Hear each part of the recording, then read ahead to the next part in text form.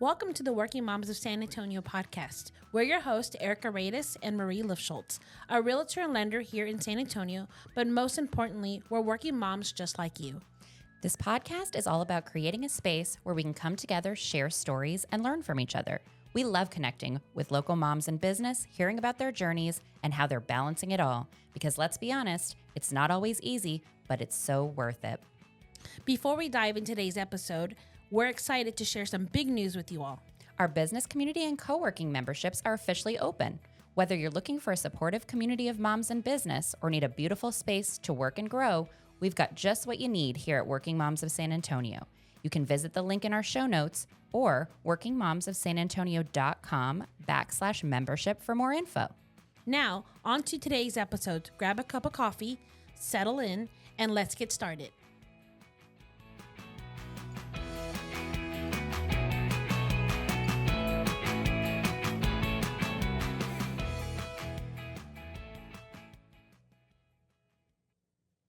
Welcome to this week's episode of the Working Moms of San Antonio podcast. I am here with our guest, Christen Strags. She is a coach, educator, speaker, and former WNBA strength coach.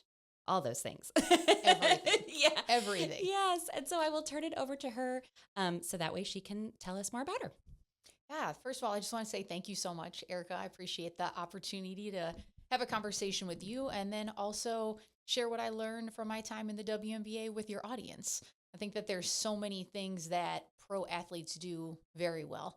And we look at them in like a nostalgic sense of like, oh, wow, they do so many great things. They must be so disciplined. And they are, but there's also a lot of secrets that you can steal from them. And that's part of what I do in my day-to-day now is try to translate those habits and mindset of pro athletes because you don't have to be like one in order to live like one. Yeah, that sounds awesome. I'm interested in knowing all of those things. Well, girl, I'm ready to share it today. Spilling all the secrets. Yeah, perfect. Briefly before we started recording here, we sort of talked about how these athletes that you've trained and, these high achieving individuals, that moms and working moms specifically maybe have some similar characteristics. Do you want to talk about that? Yeah, absolutely. So when I was in the WNBA, I was super blessed. I worked for the San Antonio franchise. And over the course of 7 seasons, I got to work with over 15 WNBA All-Stars, 8 Olympians who represented 5 different countries, and 2 players who were inducted into the Women's Basketball Hall of Fame. So all that to say, I got an up-close look at greatness. But at the same time, I saw players come into the league with talent that bounced out early. It was like they just didn't have the stickiness in order to be able to stay. And I feel like the difference was their habits and mindset. The ones that had the longevity in their careers, the ones that almost outplayed their potential, came into the league, maybe undrafted, made a team, and then all of a sudden they've got a 10-year career. It was really their habits and mindset that allowed them to have that type of success. It's what I call the separation factor. Because when you get to a certain point, everybody is talented. So then what do you do that allows you to separate from everybody else? So when I think about moms are very talented. They've got a lot of responsibilities. They've got a lot of things that they juggle. So many moms out there are so successful, but it's like, what would help you separate from the pack and allow yourself to be able to achieve a higher level of greatness, a higher level of success in whatever way you define that for yourself. Right. And so I think that when I think about how the habits and mindset of pro athletes could translate to moms, it's this idea that you've got to work on taking care of yourself physically and mentally. Yeah. When I watch pro athletes, I feel like a lot of them, probably a lot of moms, working moms, do the first 2 types of preparation, but there's 4, and you need the last 2 if you want to be great, if you want to excel.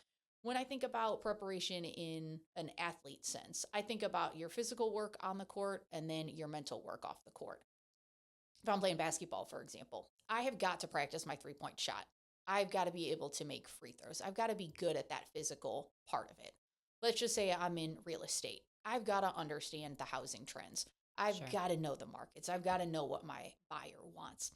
And then I've also got to do that from a mental standpoint too. If I'm an athlete, I've got to study film. I've got to know the plays. I need to know what the offensive and defense scouting report of the other team is. And those are things directly correlated to sport, just like I can do things directly correlated to my business in order to have success. Well, what I found was that the athletes that separated were really good at taking care of themselves off the court as well too, both physically and mentally. So I refer to your habits as the core 5. This is your strength and conditioning, nutrition, hydration, sleep, and mindfulness. And then I think about your mindset as comprising of your confidence, your mental toughness, and your resilience. And if we can get you to adopt all of those, the core 5 and the mindset, then you really put yourself in a position where you can be successful. I have to say, like, as you were naming those things, I was thinking about how I was deficient in most of those things personally. Well, and that's okay. And that's what we find a lot of women are. Yeah. Especially when you're looking at it from a lens of how do I show up and be successful? It becomes all of these business things that I'm checking off. I've got to grow my email list. I've got to network. But it's like, are you filling up your cup enough to be able to show up and be the best version of yourself in all of those different daily to-dos that you have? And it's tough because I feel like sometimes fill up your cup before you try to pour out. Yeah. I feel like that analogy is a little like outdated or a little overdone. But there is this idea of like, if I do all of those things, then I put myself in the best possible position to be successful. Yeah. And that's all we're asking. Like, none of this stuff is going to promise success. When I stand in front of athletes, I tell them, I'm not standing here saying that if you eat your broccoli, you're going to be an all-star. But if you consistently take care of yourself well, then you're going to put yourself in the best possible position for success to occur. And honestly, at the end of the day, Erika, that's really all we can ask for. Yeah. Is to show up ready, feeling like I did everything that I could do. I did everything in my power to take care of myself. And now I just let the chips fall where they may. Yeah. Yeah. I mean, I feel like I know so many of our listeners probably feel like guilt when they take care of themselves over their families and different things like that. And so I wonder if you have any sort of advice for a mom who's saying like, yeah, I know, like we all know, we need to do that stuff. Sure. But there's a level of guilt where it's like, okay, but this person doesn't seem like they're taken care of, or, what about this? I should be doing this. And so they don't take care of themselves really. Absolutely. I have a peak performance equation that I came up with. I love an equation. We love an equation, right? So it's called, it's P2 equals P squared. So you have to prioritize and then persevere in order to find peak performance or reach your peak potential. So the prioritize part is this. You have to make the best choice out of the two options that are presented to you. Because in every moment, I have a choice. In the morning, I can wake up to my alarm and get out of bed, or I can snooze that sucker for 15 minutes and then get up late and be running around. For breakfast, I have a choice. I can either eat breakfast or I can skip it. And those choices continue throughout the course of your day. Like, I love habits, but I still have to decide to do them. Right. Right? It's like your kid doesn't like brushing their teeth, but they know they need to brush their teeth, and you find a way to get them to do it. But I think sometimes we tend to think that if we develop this habit, it becomes automatic. It's still not automatic. Yeah. I feel like that's what we hear. Like, it's like, how many days does it take? I don't know. You hear different things. It's like 90 days and you're going to do this forever. And it's like, I don't feel like that's real.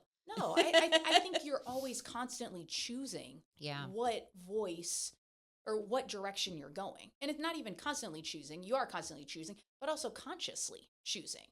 And I think the more we make those unconscious decisions, whether they're autopilot bad for us or autopilot good for us, I think what you've got to do is stop and check in. Hey, am I putting myself in the best possible position to be successful? And yes, the habits help. And yes, the routines help. But sometimes you just have to stop and ask yourself, am I making the best choice available to me right now? So that's the prioritize part. But then the second part of it is that you got to persevere. Because I know that situations aren't going to be ideal. So the persevere part is, what's the best that I can do right now? Yeah. What's the best that I can give? Can you go to the gym for an hour today? No. But can you still do 30 minutes? Maybe. Can you get to the gym and do 30 minutes? No. Could you do 15 minutes at home? Yeah. And I think that developing that sort of what's the best that I can do, or what do I have to give in this situation, takes away from this idea that our choices are all or nothing. Yeah. Because a lot of people do that. They're like, oh, well, if I can't do an hour at the gym today, I'm just not going to work out. Yeah. That was me yesterday. Yeah. Literally yesterday. I ate so bad during the morning that I was like, I'm going to eat bad all day. But that's what ends up happening. Yeah. And it's just like, sometimes we don't need perfect. I just need your bare minimum. Yeah. I just need your bare minimum. Like, what's one little thing that you can do that's going to move the needle forward? Right. Did I make a way considering the circumstances? Did I still do something that's going to push me forward towards my goals? Totally. Yeah. I mean, I love that. It's like giving yourself permission to just do what you can. I mean, reasonably do what you can. And I feel like as women and moms, so many of us, I have these conversations at our meetings and things. So many of us are perfectionists. Yes. And so it's like, and I am big on like, I want to be able to like check it off the list. And if I can't fully check it off, then I'm not going to check it off. And then I'm going to feel bad all day. And, it's like I feel like it's a vicious cycle that we put ourselves in. Yeah. And I agree with you wholeheartedly. I think that we need to redefine mental toughness. Yeah. I think that mental toughness is a balance of grit and grace. There's a guy that I follow on social media, and every day he posts his workout streak. He's at over 2,000 days. And I just want to be like, dude, that's so much. What's your wife's streak? Yeah. What's your daughter's streak? Do they even have a streak? Because sometimes as a man, you're afforded the opportunity to take care of yourself, and it just seems like something that's a part of being a guy. Yeah. And a lot of times for women, it feels like it's an aside. And I don't even know a whole lot of women who would want to create a 2,000-day streak of working out. That sounds awful. It does sound awful. But I think sometimes society positions it as this like fit in the box. This is what mental toughness is. This is what it means to grit. And don't get me wrong, when I say mental toughness is a balance of grit and grace, you do need some grit. Like nobody great ever achieved their goals without doing the work, without doing the thing. So you have to make some progress towards what you want to do. But then the other side of it is grace. Not beating yourself up when you don't get it done, or not being upset that it's not perfect. Right. Some of the best athletes that I ever worked with, this is crazy, like some of the most competitive ones were the ones who were the quickest to flip the switch after the game was over. Yeah. They would go 1,000% in the game, diving for every loose ball, John, trash talking, all this and that. But they were the quickest ones in the locker room after the game to start laughing, to start joking around, because they didn't carry that stuff with them. And a lot of times for women, it's not that you didn't do the workout, or it's not that you ate the candy bar first thing in the morning. It's the guilt and shame that you then carry with you the rest of the day or the rest of the week. And if we could just let that part go, and again, look at it from this like, okay, what's the best choice that I can make right now? Maybe you're at Whataburger. Maybe it's late night. I like to tell this story in my speeches. I'm like, look, maybe it's late night. Coach stopped the bus after the game. You don't have a choice. Whataburger's the only thing that's open. Nobody is twisting your arm to get the sweet and spicy bacon burger with the Dr. Pepper shake, Dr. Pepper, and the large fry. Like, no one's twisting your arm to do that. You could still make a good choice at Whataburger, something that's going to fuel you a little bit better towards performance. Well, a lot of times we're like, Whataburger's the only thing that's open. And we just throw the whole plan out the window. Yes. How do we? She's like, yes. I'm like, yes, I do that. I am resonating with all this. Yes. But it's like, how can we look at it from a little bit different lens? Yeah. I like to look at my life and think, how often can I get 8 out of 10? Like when I look at my day, I don't need 10 out of 10. I don't need perfection. But was I 8 out of 10 today? Yeah. And you'll have weeks. Like last week, my dog was sick. We were at the vet 3 days in a row, got some bad news. Like those days, not 8 out of 10. Yeah. Like 1 out of 10, 2 out of 10. But I have enough 8 out of 10 days over the course of a month that stuff doesn't really even slow me down. Yeah. But you've got to get to 8 out of 10 as often as you can. Yeah. No, that makes sense. Oh, I love this. I feel like you're talking just to me. Perfect. Yeah. I love it. And so what do you like, what advice or what maybe tips can you give like to kind of set these women up for success to get an 8 out of 10, would you say? Absolutely. What can we do? Absolutely. So I think about it in the core 5 framework, which is the strength and conditioning, which is fitness, right? Strength and conditioning, nutrition, hydration, sleep, and mindfulness. And with that, I give it a 2, 4, 6, 8, 10 format. So in order for you, and I don't mean bare minimum in a bad way. I just mean like, this is the basement. Like this is where we start. In order for you to have peak performance as a woman, you need to be lifting weights at least 2 times a week. Okay. You should be eating 4 meals a day, at least 4 times a day, meals that have protein in them. Then we need to have at least 6 glasses of water, which is very arbitrary, I know, but at least 6 times we need to consciously think, like 3 times outside of the meals, I need to stop and drink water and not have something with caffeine or syrups or something in it. I should try to aim for 8 hours of sleep, and then I want to try to meditate for 10 minutes a day. Yeah. And meditate is a very loose term to describe you doing something in which your brain is turned off. You're not intaking any sort of information or conversation, but it's just you and stillness. So 2, 4, 6, 8, 10, 2 lifts a week, 4 meals with protein a day, get your 6 glasses of water, 8 hours of sleep, and then 10 minutes of meditation or stillness a day. Now, what about like the running? I hate the running, but we've got to be doing that, I guess. How much of that do we need to be doing? I think it, as often as you can move a day is great, depending on your schedule. I feel like if you could get really ideally like 20 to 30 minutes of some sort of movement a day, that would be ideal. And there's lots of different parameters to go off of, whether it's 10,000 steps or there's another one that says 8,000. But I think you've got to be shooting towards something, some sort of movement, not only for your physical, but also for your mental, because that could turn into your 10 minutes of meditative time, where you're either listening to something that's a guided walk or you're just walking without headphones and you're just having that peace and some of that stillness. Okay. Well, that doesn't seem that bad. No. No, but it's just taking that extra step to make sure that you are taking care of yourself so that you can be in a position to succeed. Yeah. Not really for anybody else, but I want to feel like when I walk into spaces, I've done almost everything that I can do. Yeah. And I know that taking care of myself is a huge component of it. And so it's like I tell athletes, like, hey, guess what? All of these things that we just talked about doing, the strength and conditioning, nutrition, hydration, sleep, and mindfulness, all of these things that are going to make you a really good athlete are also going to make you a really healthy adult too, and give you a very good chance of living a long and healthy life. Yeah. And so if I want to prolong my life and be able to be there through seasons of being a parent or being a grandparent or just being someone without kids in my old age traveling the world, these are some of the things that I have to start doing right now. Yeah. A lot of women don't start doing this until it's too late. Yeah. Maybe when the kids are older, Yeah, and when you the feel kids like are you have more older. time and that kind of stuff. Absolutely. But then again, it's like, what can you do to make it fun? Yeah. When I was a kid, my parents would have us doing 10-minute family fun run, running around the living room and the pattern of the downstairs. It was like living room, kitchen, dining room, all the way around. It was a big P, but it was them getting some movement, them teaching us the importance of fitness. And I think sometimes women especially do think that it does need to be separate, or, oh, I have to get up at 5 a.m. Why not do some of that stuff with your kids? Yeah. Or why not create some sort of space inside of a workout room for them to be playing or doing something or on their iPad, whatever, and then give you the opportunity to have that space as well so that you are in a better place mentally and physically. Yeah, no, that's true. I mean, if you can incorporate the kids, and it's setting a good example, and all of that Absolutely. stuff. Especially here.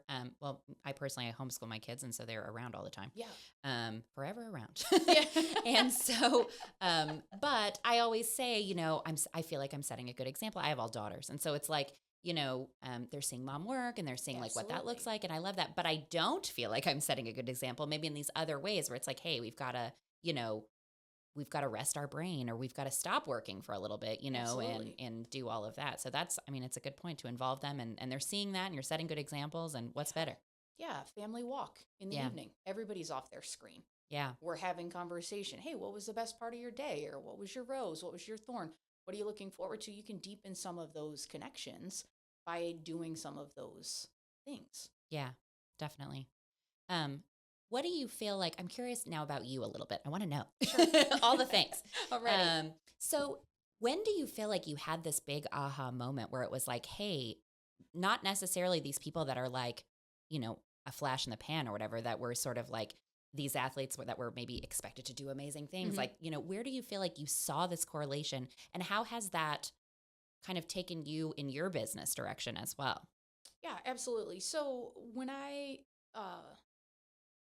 got into the WNBA, I was watching Yeah. as much as I was training, Oh, because okay. I knew that I had greatness in front of me in these Olympic athletes and in these all-stars and in these players that were getting all of this recognition. And so as much as I tried to train them and help them along the way, I also was watching them. Yeah. What are you doing? What are you doing on the road trips? I remember I had one vet who then turned into a coach. She told me, Chris, when we went on the road, it was a business trip. I was in the bed with my feet up, ordering room service because I was there to work. Yeah. She was like, I shouldn't be out partying. I shouldn't be out meeting players from other teams. She's like, I don't understand this generation, but that's another story. She's a bit of an old head. But there was a good point of it, right? Like, this is your job. We used to tell the players all the time, your body is your moneymaker. That's true, yeah. And I saw players be very dedicated to taking care of their bodies. And then I saw other players who didn't, quite frankly. And it's odd because I'm not trying to disparage the WNBA in any way, but there's varying levels of buy-in in sports, just like there's varying levels of buy-in when it comes to parenting or it comes to being an entrepreneur or being a CEO. Like, people have different levels of commitment. And that's not to say that they're good or bad. It just is the reality of what it is. Yeah. And I started to realize that when I was in the WNBA, like, if I saw a rookie leave before a vet left, it wasn't going to be long before that rookie was out of the league. Yeah. You know, thinking about every day at practice, right? Sure. If the rookie was one of the first ones out the door, it's like, ooh, baby, I don't know how much longer you're going to be here, because there is a developmental side to being an athlete. There is a work ethic side. There is a consistency side to it. And so I started to notice the ones that were getting all the awards and had been in the league for really long times were doing all of these things. And then there were others that weren't. And after about like a season or two, they would be bounced out of the league. Like, nobody would pick them anymore.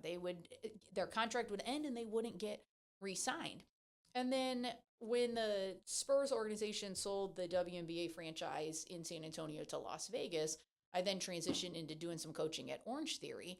And I started to realize that more of what I would consider like the general sector, not pro athletes, they didn't understand what like the longevity athletes were doing. Yeah. They didn't have the same habits and mindset. And, you know, my ignorance of just having been in that world really my whole life post-college, it was like, oh, I thought everybody knew these things. Yeah. I thought everybody knew how to pick themselves back up after they've been knocked down.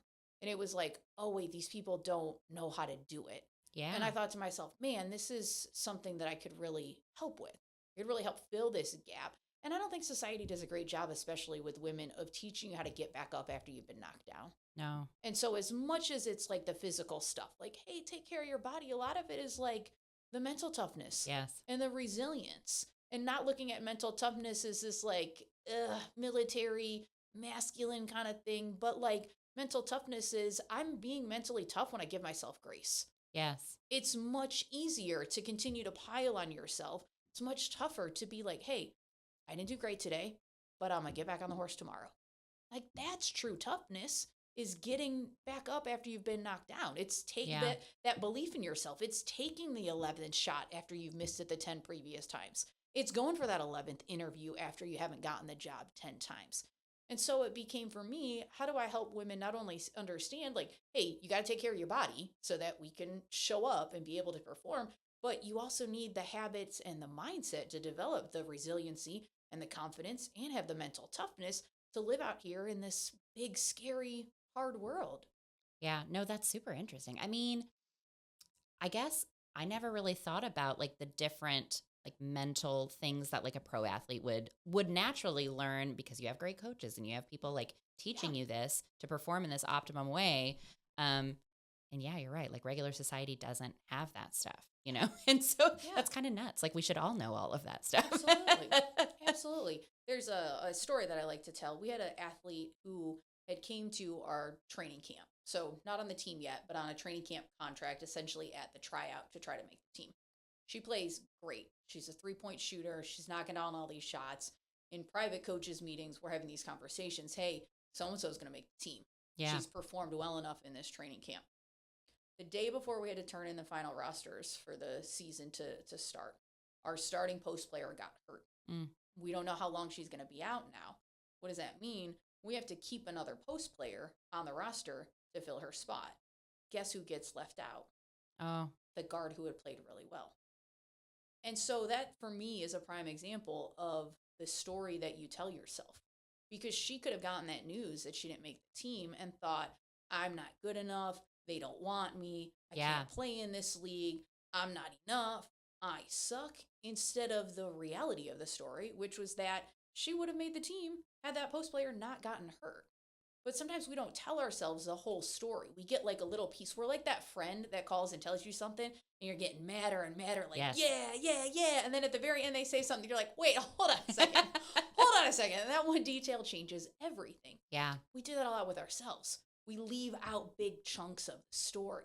Yeah. And so I like to say, like, when you get caught in situations like that, you got to ask yourself, am I telling myself the truth, the whole truth, nothing but the truth? Yeah. Because I could very easily be leaving some stuff out. And if I haven't been in sports or I haven't been in situations where I've learned how to develop that muscle, of course I'm going to see not getting the job or not getting the position as like the end of the world and a reflection of me, but it isn't always. Yeah. No, that's so true. I've got a daughter right now that's playing volleyball. It's her first, she's 13. It's her first time playing like on a competitive level. Sure. You know, when I was younger, I played soccer, I played select soccer. Like it got competitive. I played for, 10 years or something like that. And So like they're cool. making them do stuff like watch tape, you know? And I'm like, this is normal stuff. Like this is what you do. And she's all pissed off because, you know, they're telling him, write down all the things that you did wrong. And she tells me the story to wind me up, just like what you said. She goes, Mom, the coaches said, we've got to watch tape and we've got to write down all the mistakes we made. Then I get a text from the coach that said, we gave them a little bit of homework. Yeah. You know, they need to watch the tape and they need to do this, write down some things they could improve on and the things they did well. Mhm. Well, my daughter didn't tell me that part of the story. She learned that part of the story. Yeah. And so I was getting all mad. I was like, that seems so negative, you know, whatever. Yeah. And of course, like, I just didn't hear the whole thing. And so to your point, like, Right. you need all of the information. And if we're not giving that to ourselves, what do we do? You know? Yeah. Yeah, because the truth is, you know, when I think about that statement, I call it the truth meter. Am I telling myself the truth, the whole truth, and nothing but the truth? Part of it is like, is this the whole story? Yeah. Am I leaving something out? Yeah. And could I potentially be embellishing something? And I think I go back to some Brene Brown work where she has a story she told about with her husband in the water. And she started telling, and she looked at him and she said, the story that I'm telling myself is. And he was like, no, that's not what was happening at all. And I think that that's great for thinking about communication with other people. But I Yeah. think you got to turn that inwards. Yeah. Sometimes too, you know, is the reason I'm not getting any speaking gigs because no one likes me and I'm a terrible speaker, or have I not pitched enough? Yeah. Or have I not got my name out in the community enough? Or does my, draft email, like my pitch email, does that need to be refined? Well, we're so quick to jump to one thing. I mean, our brain likes conclusions. I get that. But we've got to sometimes stop and study and say, hey, is this the right conclusion based on all the evidence that I have? I remember a while ago, I was working with this volleyball girl on her mindset. And she was like, I'm not getting playing time. I'm not getting playing time. The coach doesn't like me. Turns out the coach just wanted to play a different offense. Yeah. And she didn't need that particular player and her skill set in that offense. And it's like, okay, so it's not you. So now we don't have to take it so personal. And now we can just continue to focus on you getting better so that you do fit into that offense and you do have that specific skill set that she needs. Yeah. I feel like so often it's like the natural response to, and it's normal, but like it couldn't possibly be anything that I'm doing or not doing. Absolutely. So I'm going to look out here and see why aren't I getting the thing that I want? Well, it's all of this. Absolutely. Absolutely. But I think that as a high functioning adult in society, you've got to, one, be able to take accountability. Yeah. And two, you've also got to understand that your mindset is the lens through which you view the world. And if I have a fixed mindset, well, a lot of that stuff is outward or unchangeable. But if I have a growth mindset, it's approaching it more with a curiosity of how can I reframe this? How can I look at this differently? What's the big picture? If I just keep going a little bit more, will I then get what I want? Because a lot of people quit too soon and they don't realize that it's not that they're not good at it. It's just that it hasn't been long enough yet. That's true. Yeah. There's like time that has to take place. I mean, there are probably people, and I know there are, that are just good at something straight away and, you know, damn those people. Yeah. For the rest of us. But normal people, they need some time to get these things, you know, in order and all of that to be really, really good at something. So, yeah. I have a key to mental toughness. Sometimes I call it the key to resilience. It switches all the time. Yeah. But it's the KEY is the most important part. And so the K stands for keep going, E, eyes up, Y, you matter. So when I think about the K keep going, we talked about that a little bit. It's like the only way that you truly lose is if you quit. You've got to stay in the game. Like you got to find a way to persist despite obstacles. And unfortunately, right now we live in a world where people want microwave results. Yes. And a lot of times you got to put your dreams in the crock pot. Yeah. And you got to let those things simmer. A lot of times people pull it out too early. Like, oh, it's not ready. And then they just throw the whole thing away. Yeah. And so you've got to find a way to keep going. The eyes up is an ode to learn how to play basketball as a little kid. You're dribbling, you're looking down, and they're yelling at you like, eyes up, you can't see anything. And it's like, that is true. If my head is down, I can't see the big picture. Yeah. And I can't see the whole story. I can't reframe things for my good. And then the last one, the why you matter. Your dreams and goals are important. Yeah. And all too often, people let someone else's opinion or someone else's failed journey dictate what their own story becomes. Yeah. And so I always preach to people, like, your goals and your dreams matter. And also, aside from that, like, you matter aside from the roles that you play. Like, if you're an athlete, you are more than your sport. Yeah. If you are a mom, you are more than just a mom. Right. Like, you are a female first and foremost. And so it's like, how do you find a way to separate who you are from what you do? Yeah. Because a lot of times we judge ourselves based on our performance in what we're doing. And if I'm an athlete, like if I'm getting playing time, if I'm making the shots, my mental health is super great. And if I'm not doing well at those things, then my mental health goes in the gutter. Same thing for people who working moms, entrepreneurs. You know, business is going well. If I'm selling houses, I feel great. And if it's not, then it's like my world shatters. How do we separate that? How do you find a way to be more even keeled throughout your journey? Because I think that it's so important. You can't let other people and external circumstances always dictate how you feel inside. Yeah. I mean, as moms, I feel like so much of our identity gets wrapped up into that sometimes you even lose who you are as a person. You know, I was having that conversation with a friend of mine the other day where it was like, you know, I've got so much work going on and the kids and the volleyball and all the things. Volleyball's taking over my whole life. I'm sure. It's a lot. And so we're like having conversations about that. And I was like, I told her kind of as a joke, I was like, I used to be cool, man. I used to like listen to music and I had hobbies and I was like a whole person. And it's like, where's that person? And so I feel like it's so true. You know, we need to learn to separate things. Like, you know, you're not just a mom. You're not just a business owner. You're not just, whether it's good or bad, like you're people. You're people. And you've got, I think, a real opportunity to make some changes and make some shifts, not complete 180s, but little bit at a time. You know, again, going back to that prioritize and persevere, like, okay, my kid wants me right now. Like, what's the best thing that I can do? Well, maybe it's to give them like 30 minutes and then say, okay, go be bored for a little while, like, figure it out on your own. 'Cause mom's going to go do this. And is it an hour-long workout at the gym? No, but is it a 15-minute workout routine that you found on YouTube? Yeah, sure. Yeah. Why not? Or, hey, we're going to do 30 minutes and then I'm going to work out and you're welcome to come and work out with me. Or if you want to go be bored or figure out something to do on your own, you can. But I think it's finding ways to draw boundaries in a way that makes sense to you. Yeah. Like, I can't sit here and say that this is the right way in any sort of capacity. I think that we all want someone to just hand us a sheet and say, here, this is exactly how you do it. But I would love that. Girl, I would love that too. I would love that too. But I think it is like drawing from what other people say works for them, trying it out for you, taking the parts that are applicable, and then dishing the rest and leaving that guilt and shame behind of, oh, I can't do it exactly like they did it. Well, you're different. Your journey is going to be different. And the way that you want to show up in the world might be different. You know, going back to that guy, that 2,000-day workout streak might be the most important thing to him. Well, it does seem like it. Yeah, sure does. But if that's not the most important thing to you, then what could you do that still makes you feel good? In the same way that makes him feel good. Right. But it doesn't have to be the same thing. And it's trying to stop doing things so cookie cutter and taking the time to be curious and figure out, hey, what feels good for me in this moment, or what's the best that I can do given the circumstances at this point in time.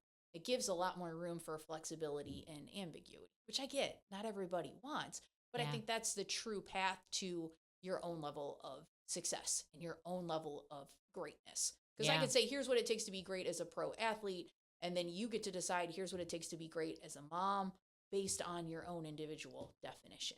Yeah. I think probably deep down we all do want that flexibility and ambiguity. I think so too. But Yeah. it's about giving ourselves permission to like allow that into our lives, I feel like. Yeah. It's just all about giving yourself permission to not complete. Maybe you don't finish all the way, but you do most of it, or kind of just like what you said. Yeah. 8 out of 10. Yeah, Not I 10 love out it. of 10. I'm going to think of that 8 now. out of 10. Yes, I love that. Do you feel like when you were with the WNBA, do you feel like from between them then and now, like your definition of success has changed? Or do you feel like it's kind of the same? I still feel like it's the same Yeah. because I think that you can chase greatness in whatever arena you are in. Yeah. And I think the more you are curious and the more that you push your own boundaries, but also give yourself grace. For me, like as long as you're on the path to chasing your potential, to me, that's greatness. And I think that everybody has a chance to do that. Yeah. But it just takes a little bit of deviating from the norm or deviating from the cookie cutter to figure out what works for you, what you're able and willing to implement. My favorite quote is by a guy named Tim Ferriss. He says, "The decent plan that you follow is better than the perfect plan that you quit." Yeah. And that has stuck with me. It's like, yes, the perfect plan might be eating plain chicken breast with broccoli and white rice every meal of the day, but am I going to consistently do that? No. So then what's the decent plan that you will follow? Yeah. What is the decent plan that you will do? Can we get you 2, 4, 6, 8, 10? Like, can we get there? Or could we start with 2 lifting workouts a week for your body's health and your longevity and your muscles and your joints and all of that? Like, can we at least start with 2 and then we try to build on as we go? But it's like finding what is that level of decent? What is that level of good enough that we can embrace and not be so paralyzed by chasing perfection? Yeah. That's good advice. Good advice we should all take. Yes. Well, this has been great. I feel like it's been so motivational, and that's kind of your main deal. So Yeah. Awesome. Well, I thank love you. it. Yes. And so towards the end, we typically will ask our guests to share with our listeners how they can either follow them or get a hold of them or just learn more about them. Yeah, absolutely. So my website is christenstrags.com. It's CHRISTEN and then Strags, STRAGS.com. And then that is the same handle on both Instagram and TikTok. So at Christen Strags on both. Perfect. Well, we'll put that in the show notes as well so people can just Awesome. click and make it really easy. And thank you so much for being on. This has been so good. Thank you so much for having me, Erika. I really appreciate the opportunity to share with your audience. And I hope that women listening can hear something that resonates with them that can help them on their path to greatness. Yes, definitely. I'm sure they will. And just really quickly, I'll thank our listeners for tuning into this week's episode, and we'll catch you guys next time.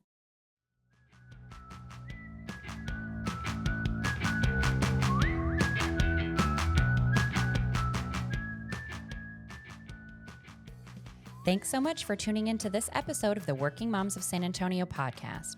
We hope you loved today's chat and found a little inspiration to take with you into your week. If you have a podcast topic suggestion or a question you'd love for us to cover, definitely send us an email at hello@workingmomsofsanantonio.com. We'd love to hear from you. And until next time, see you in the community.